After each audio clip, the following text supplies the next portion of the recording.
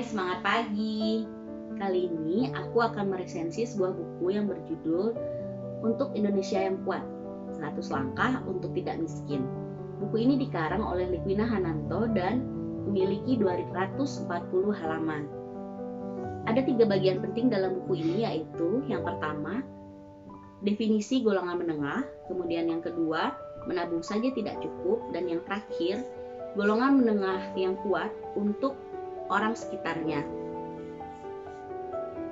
Buku ini menjelaskan definisi golongan menengah. Bisa jadi golongan menengah ini adalah saya, Anda, atau orang-orang di sekitar kita.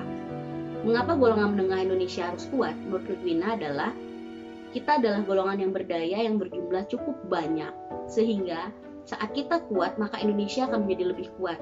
Kemudian saat kita kuat kita akan mampu menolong orang-orang di sekitar kita. Bagaimana kita menjadi kuat?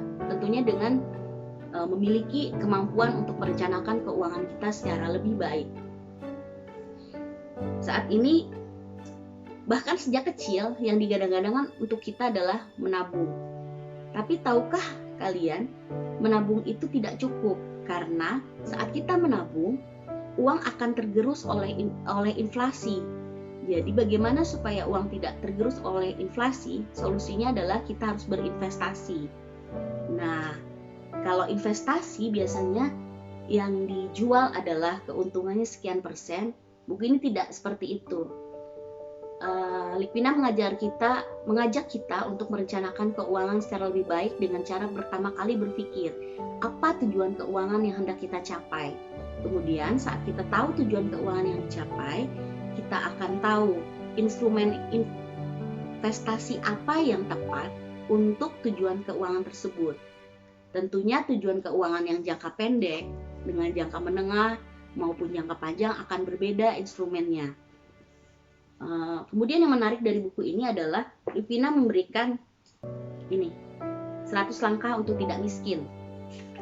100 langkah tidak miskin ini berisi tips-tips praktis sebanyak 100 buah yang bisa kita centang setelah kita lakukan supaya kita bisa memiliki langkah yang bisa kita lakukan secara praktis. Seperti tagline-nya, finance should be practical. Menarik bukan buku ini?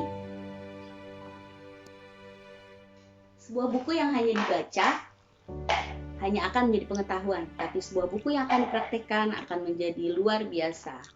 Finance should be practical, reading should be practical. Salam literasi.